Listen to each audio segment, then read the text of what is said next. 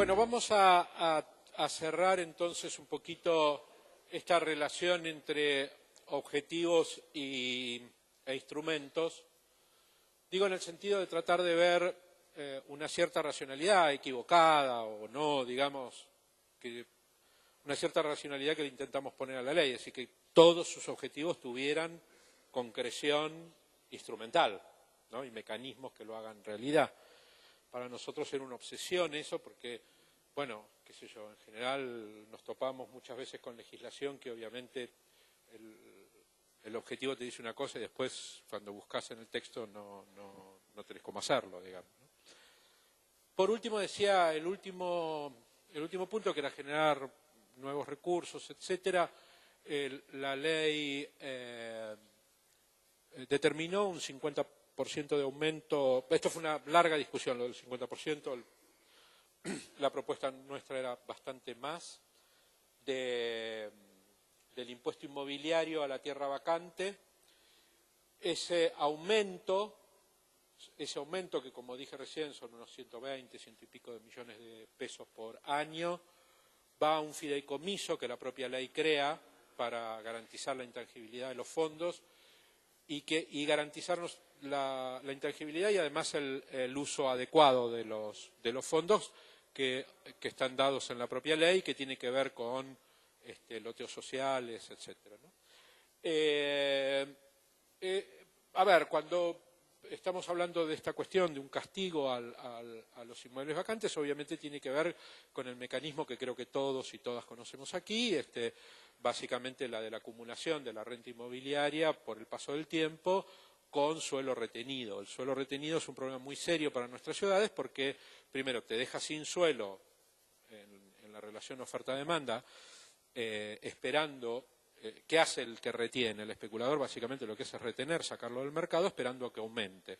Y claro, eso es una profecía autocumplida, es decir, pero que obviamente si yo acumulo una serie de predios y los quito del mercado esperando a que suban de precio, el mero hecho de la retención, del retiro del mercado, crea una situación de escasez mayor. Y todo producto muy escaso, como ustedes saben, aumenta de precio. Es decir, básicamente es irremediable entonces la suba. Es una profecía casi autocumplida ese mecanismo. Y por lo menos de los estudios que nosotros teníamos, era, no sé si el principal, pero yo les diría claramente uno de los principalísimos problemas en la provincia de Buenos Aires. Problema muy distinto al de Capital Federal y al de otras ciudades, pero en la provincia de Buenos Aires aparecía como muy determinante. El segundo es la cesión del 10% de la tierra en los emprendimientos privados. Este fue el único artículo que tuvo prensa. Es muy grosero, como lo único que se dijo de la ley es le van a quitar el 10% a los country, como si el resto de la ley, de la cual hablamos hasta ahora 2 horas, claro, no, era lo menos importante. Y la verdad es que quiero decirles con mucha preocupación también que además es inaplicable. ¿Por qué? Porque pasó lo siguiente. A ver, yo quiero hacer esta diferenciación que me parece muy importante, sobre todo para los que trabajan en una municipalidad, ¿no? La propuesta original del texto de ley contenía 2 tipos de recupero de esa renta. Mejor dicho, uno no era un recupero de la renta, que es vía la reforma que hicimos del artículo 226 de la Ley Orgánica de las Municipalidades, que abrió la puerta al cobro de plusvalías, que ustedes lo llaman compensaciones, entiendo aquí, ¿no? Tienen una ordenanza de compensaciones, etcétera, de recupero del mayor valor inmobiliario por la norma, etcétera. Bueno, que lo llamen como lo llamen. Ustedes saben que Francisco, Paco y Pancho son lo mismo. Entonces, lo llamen como lo llamen, es igual. Ahora, entonces ahí hay un instrumento que es enormemente importante. El segundo tenía que ver con las cesiones del 10% a los countries, grandes cadenas de supermercados, no al flaco que tiene el supermercadito en el barrio, digo. Por eso se dice más de 5.000 metros, vieron que la ley dice más de 5.000 metros, etc. en una carga urbanística mayor que tenía que ver con la cesión del 10% del suelo, ahí o en otro lugar, por otro motivo muy distinto a lo que tiene que ver con la recuperación de plusvalías. Tenía que ver básicamente con que en una parte, a ver, vamos a decirlo de esta manera, y disculpen que me detenga un minuto en esto, pero es importante por la publicidad que tuvo el artículo y por lo que hoy nosotros entendemos es casi inaplicable hasta que le encontremos la vuelta. ¿Cómo era el sistema? La provincia de Buenos Aires en términos urbanísticos es básicamente un conglomerado de parasistemas. ¿Qué quiere decir un conglomerado de parasistemas? Cada municipio aplica lo que puede, entiende y quiere, porque obviamente no hay un régimen rector que trabaje sobre la legislación urbana. Rector en términos rectores, no en términos de controlador a ver qué hiciste en la norma. Así que esa es una confusión que aparece respecto de la aplicación del artículo 73. Y por lo tanto, entonces, todos los municipios prácticamente operan en una suerte de parasistema. O sea, están en la... A ver, la norma de cobro de plusvalía de Tandil en el año 2007 es un parasistema. No estaba escrito en ningún lado, pero se aprobó. Es un parasistema, no estaba aprobada. Sin embargo, el municipio logró aprobarla. Digo, estaba en el plan urbano, etcétera. Digo, dicho sea de paso, no hace falta decir de que yo reivindico el plan urbano como el instrumento madre de estas cosas. No se pueden hacer estas cosas sin plan. Sin visión integral sobre el territorio, sin mirada integrada del territorio, etcétera, porque si no es un conjunto de parcialidades que terminan en cualquier cosa. Y por lo tanto, entonces, lo que nosotros veíamos en estas cuestiones de los grandes emprendimientos, no importa si es country, barrio cerrado, shopping, cementerios, etcétera, que algunos municipios le cobraban con una especie de parasistema algo a los country y otro nada. En el tema de las cesiones es particularmente importante, porque como ustedes saben, se aplicaron la 8912, un loteador privado, un loteador que quiere hacer cualquier loteo común y corriente, tiene más o menos entre un 30 y un 35% del suelo que ceder.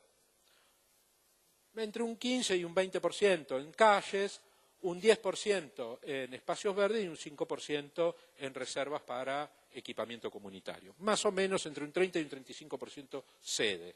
Un country no cede nada. Entonces, no solamente hay una desigualdad absoluta en esto, digo, una desigualdad absoluta. Es decir, si yo quiero hacer las cosas como una ciudad abierta, integrada para los sectores populares, que yo tengo que poner el 35% del suelo para el Estado. Ahora, si yo quiero hacer un country, no tengo que poner nada.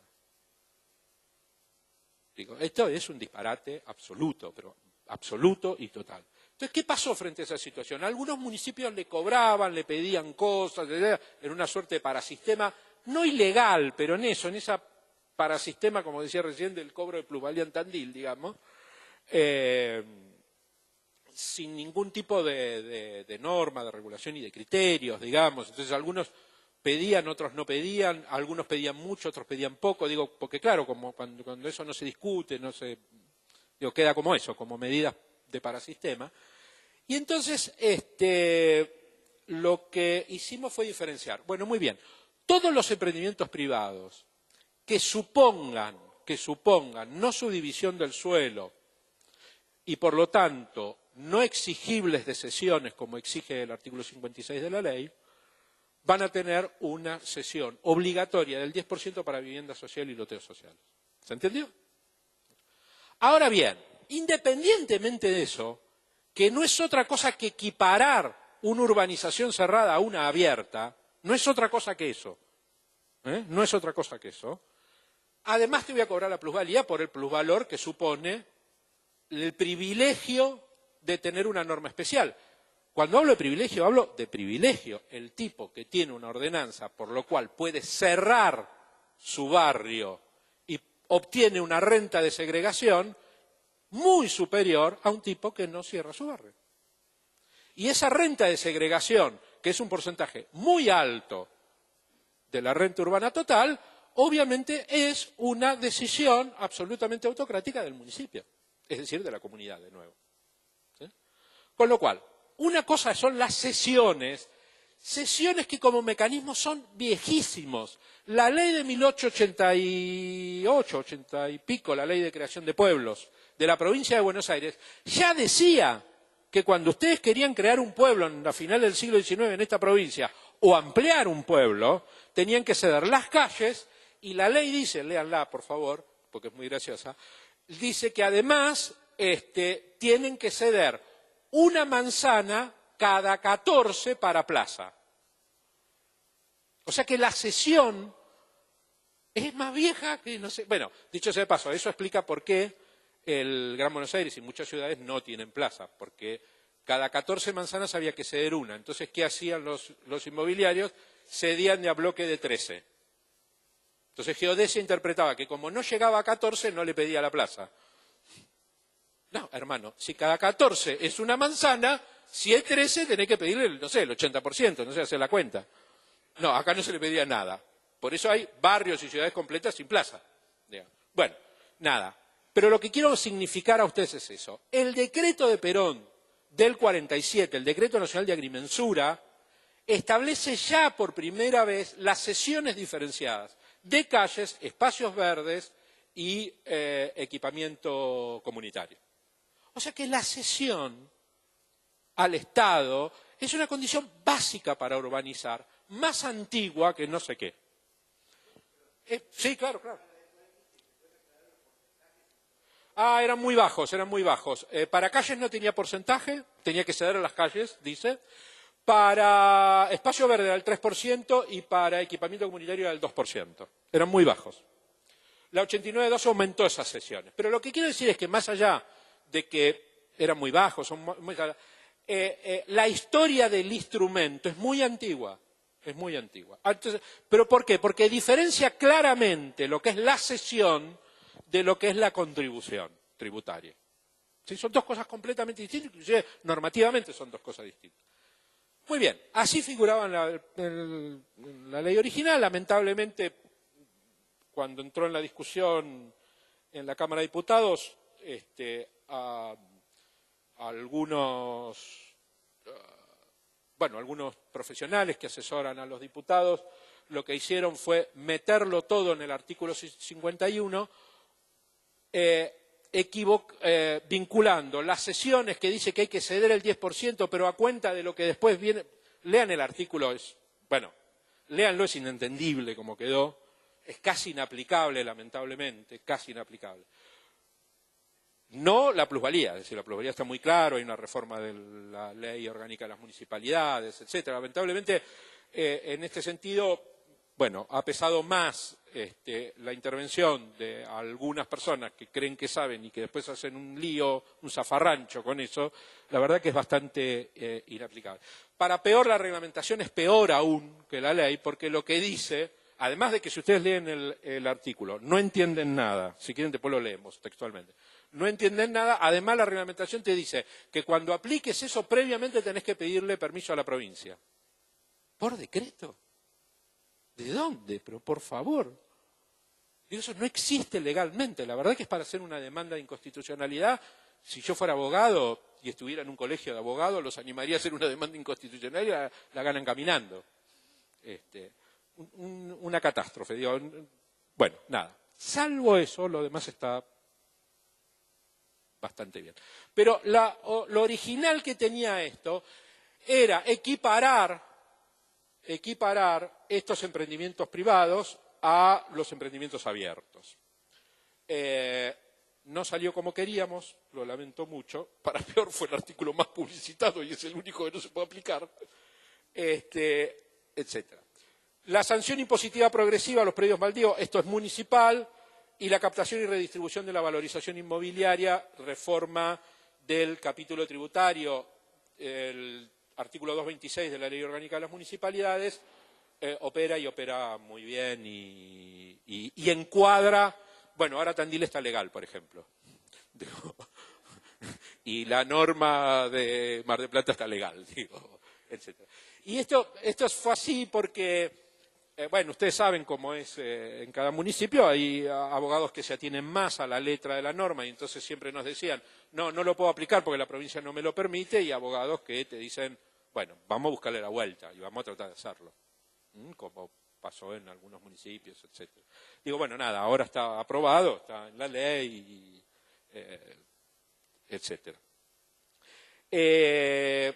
Tiene un problema, bueno, no importa, después lo vemos.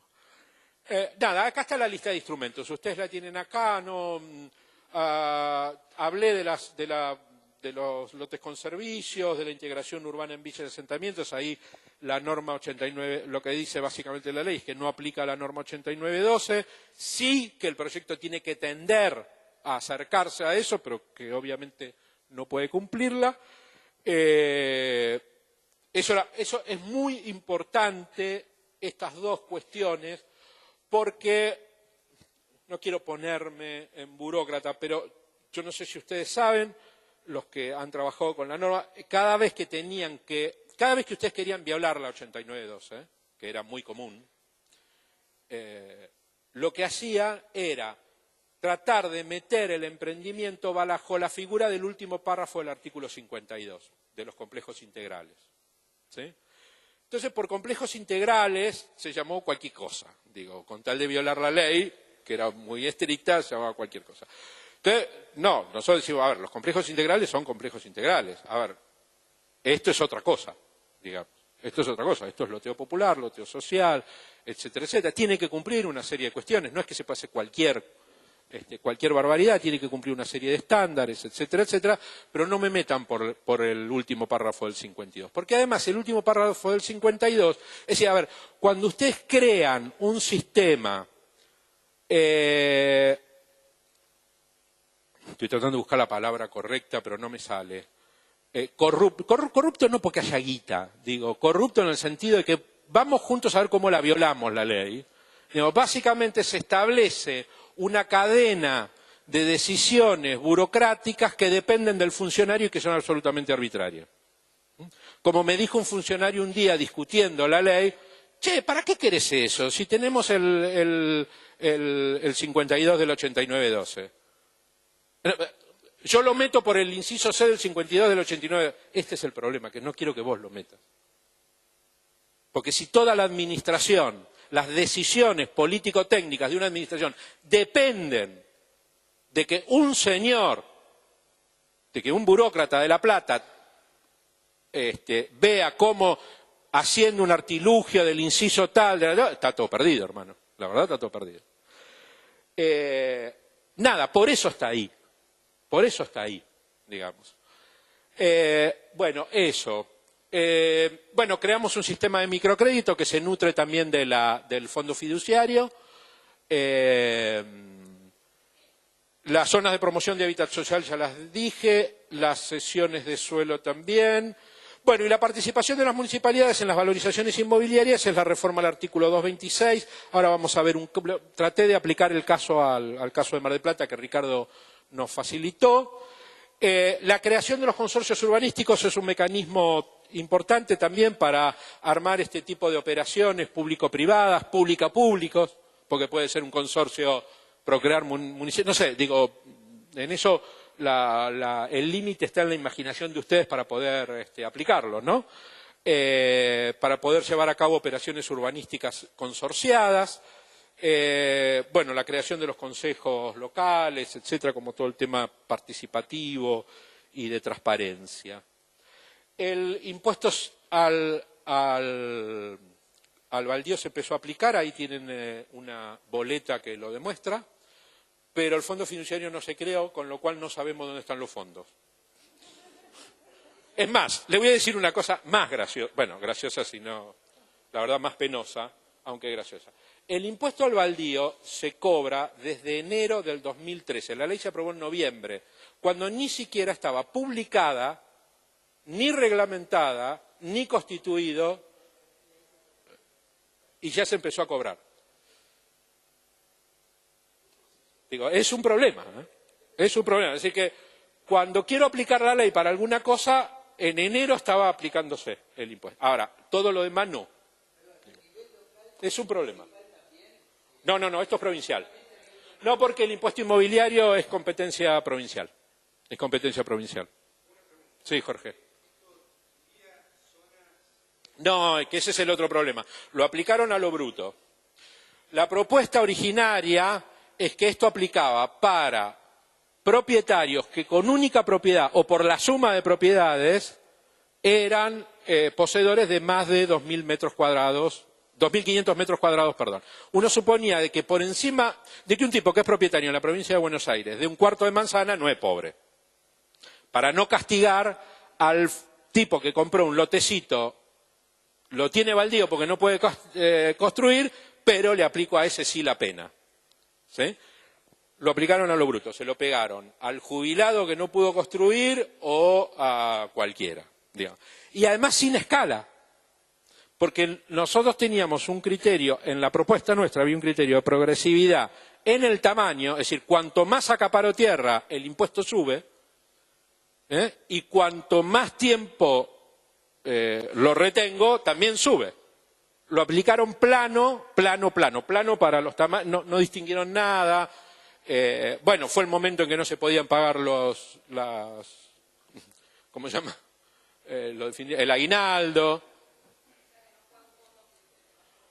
Bueno, a ver, la ley se aprobó en noviembre. El impuesto salió en enero y no había sido ni siquiera publicado. De eso fue, te digo, una discusión en la cual la verdad no hicimos una demanda desde el Celso, desde las organizaciones, nada más que por cuidado político, digo, pero la verdad, A ver, es un problema. ¿Cómo es su nombre? Teodoro, ¿usted entiende de que esto es también una suerte de espacio en la cual hay que dialogar? Digo, a ver, si le metemos una demanda por este tema al gobierno de la provincia, la ganamos caminando. Ahora, no hablamos nunca más con nadie. Digo, es un problema también. Bueno, nada, ahora el fondo fiduciario está creado, ahora. Y bueno, y estas son las últimas instrumentos. Esto es un instrumento enormemente importante para los municipios, que es la declaración de parcelamiento o edificación obligatorias en los inmuebles ociosos. Esto quiere decir que el municipio puede el plan tiene que identificar cuáles son aquellos predios que están ociosos especulativos y entonces el municipio les da entre 3 y 5 años para poderlos desarrollar. Si no mientras tanto les sube la tasa municipal progresivamente, y si no los desarrolla en ese tiempo, el inmueble no se lo queda al Estado, no lo desapropia para que no sea una injusticia, sino que el inmueble va a subasta pública. ¿Sí? El mecanismo de declaración compulsoria de utilización del suelo es un mecanismo también súper utilizado en todo el mundo. Digo, por ejemplo, la ciudad de Bogotá el año pasado solo por declaración compulsoria compró en subasta pública casi 60 hectáreas de predios en predios especulativos. ¿Sí? Digo, es un mecanismo de adquisición de suelo y básicamente de presión. La verdad que a mí no me interesa llegar a la subasta, lo que me interesa es que la tierra circule. Cuando circula en el mercado baja de precio. Si yo retengo no baja nunca. Digo, esto básicamente. Es más, hay que estimular a los tipos que construyan, no desestimular. Digo, entonces, bueno, nada, eso.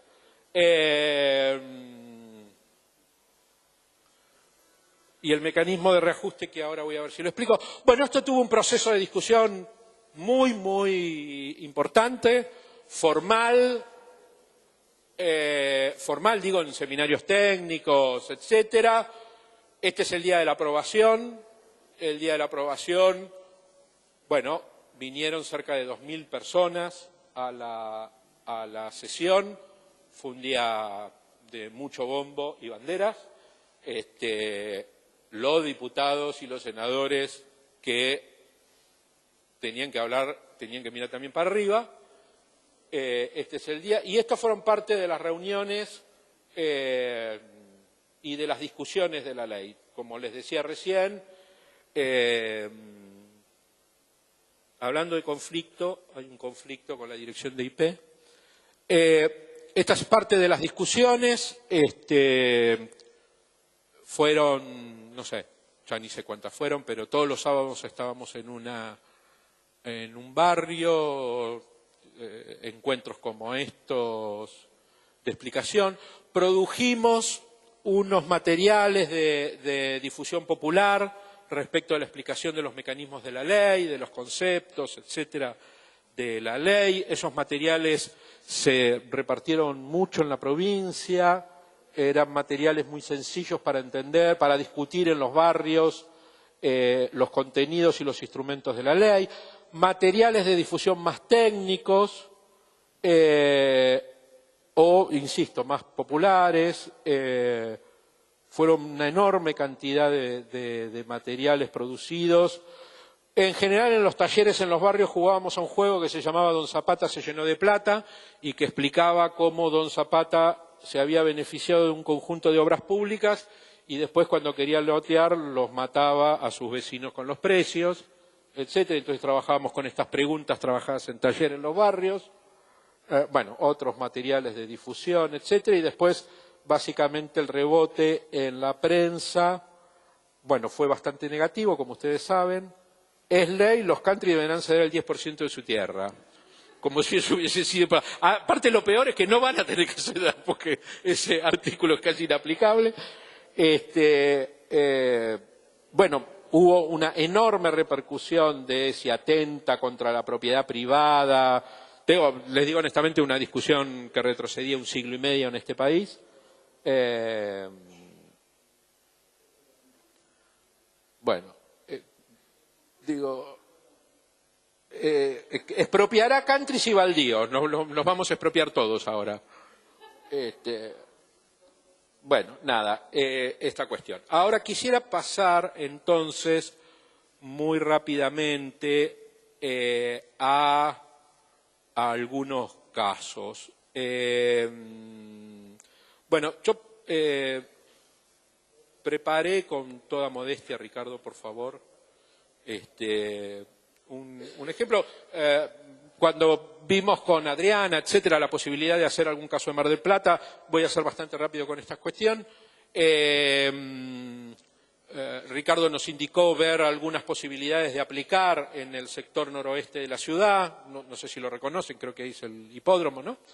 Etcétera. Y la verdad es que después de mirar esta zona que efectivamente aparece bastante compleja, porque es borde rural-urbano, etcétera, pero con una cantidad significativa, muy significativa de vacíos en ese sector. Bueno, me pareció, bueno, vi algunas fotos para ver cómo era el paisaje de la zona, etcétera, la morfología, etcétera, y me centré en ese terreno. Bueno, porque no era demasiado grande, porque era bastante regular y por lo tanto entonces, no sé quién será el propietario, pero me pareció un ejemplo posible, digamos. Y además porque Ricardo me había dicho que esta avenida, bueno, por dos cosas me centré. Primero porque era relativamente fácil, no demasiado grande para construir un caso, porque iba a estar sobre esta avenida que, según me había dicho Ricardo, va a ser una avenida importante en algún momento, ¿no? Y por lo tanto frentista a una obra pública que va a multivalorizar ese terreno de una manera gigantesca. Digo, esta cuestión, no hace falta decir que la ley no, por ejemplo, no aborda el tema de la contribución por mejoras porque ya está legislada en la provincia de Buenos Aires, pero quiero decir que la verdad es que debería haberlo hecho porque nadie la aplica en esta provincia, o la aplican muy poco, es una herramienta de equidad social enormemente importante. El subsidio plano de infraestructura, y esto por favor díganselo a sus intendentes, no beneficia a los más pobres, beneficia a los más ricos. Digo, esto es muy importante. Si ustedes, la única manera de hacer una política de equidad es partir del principio de todos pagan. Si yo parto del principio de todos pagan, entonces sí hago discriminación positiva y digo, este no paga porque es pobre, este paga. Pero si el principio es nadie paga, ¿quién captura los mayores beneficios de un pavimento, de una obra de agua, de una cloaca, etcétera, etcétera, hecha gratis y repartida al azar? Los sectores de mayores ingresos. Entonces, una equivocación en términos de equidad socioterritorial seguirá siendo una política de subsidio plano. De subsidio, perdón, universal y plano. Digo, eso es. Ahora, la verdad es que, es una. Además, la herramienta de la contribución por mejora es viejísima en esta provincia. Las primeras veces que se utilizó fue en 1920. O sea que también es un instrumento recontra probado, recontra conocido, etcétera. Y que tampoco se aplica como contribución de mejora. Porque fíjense el nombre que tiene. ¿Cuál es el nombre? Contribución por mejora. Es decir, cada uno contribuye en relación o en proporción a las mejoras en términos de la valorización de su suelo que obtuvo de la obra. Sin embargo, nosotros lo aplicamos como el reparto del costo de la obra. El precio del suelo nunca entra en el cálculo de la contribución. Pero no importa, aún usado así, es un instrumento de equidad extraordinariamente importante y de financiamiento al municipio enormemente importante. ¿Sí? Bueno, me metí en eso por el tema de esa próxima avenida, porque toda la comunidad de Mar del Plata va a pagar esta avenida y el que se va a favorecer es este señor que está esperando gozoso que Ricardo haga la avenida. Y que el conjunto de los contribuyentes de esta ciudad garpe lo que él va a ganar.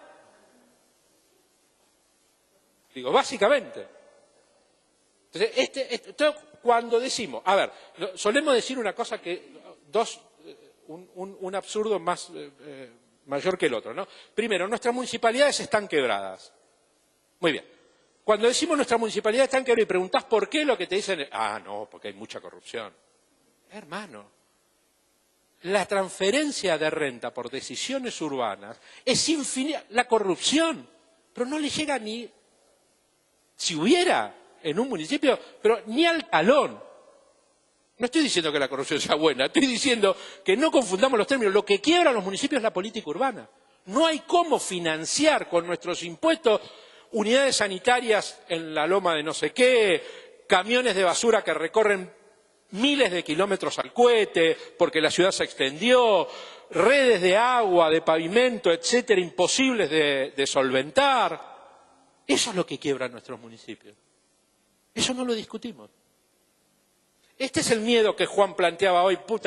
La verdad que está bueno lo del procrear, pero como única política seguir haciendo lotecitos cada vez más afuera y más lejos, es un problema. Es decir, le brindás una solución al municipio, pero ojo, le pones un problema. Ahora el camión de basura va a tener que ir 5 cuadras más allá y lo van a tener que pagar todos. Bueno, nada, volvamos a eso, porque yo me fervorizo y me pongo ahí. Nada, es ese terreno, Ricardo. Ahí estuve viendo la norma. Ese terreno es RU.